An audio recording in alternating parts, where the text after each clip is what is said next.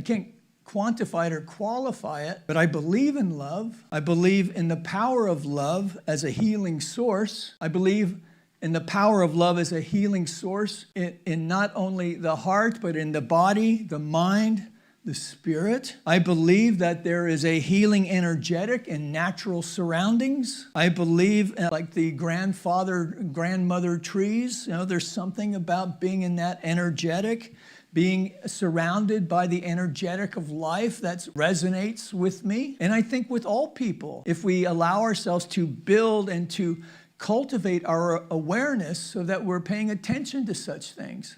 Our ancestors were very attuned to that.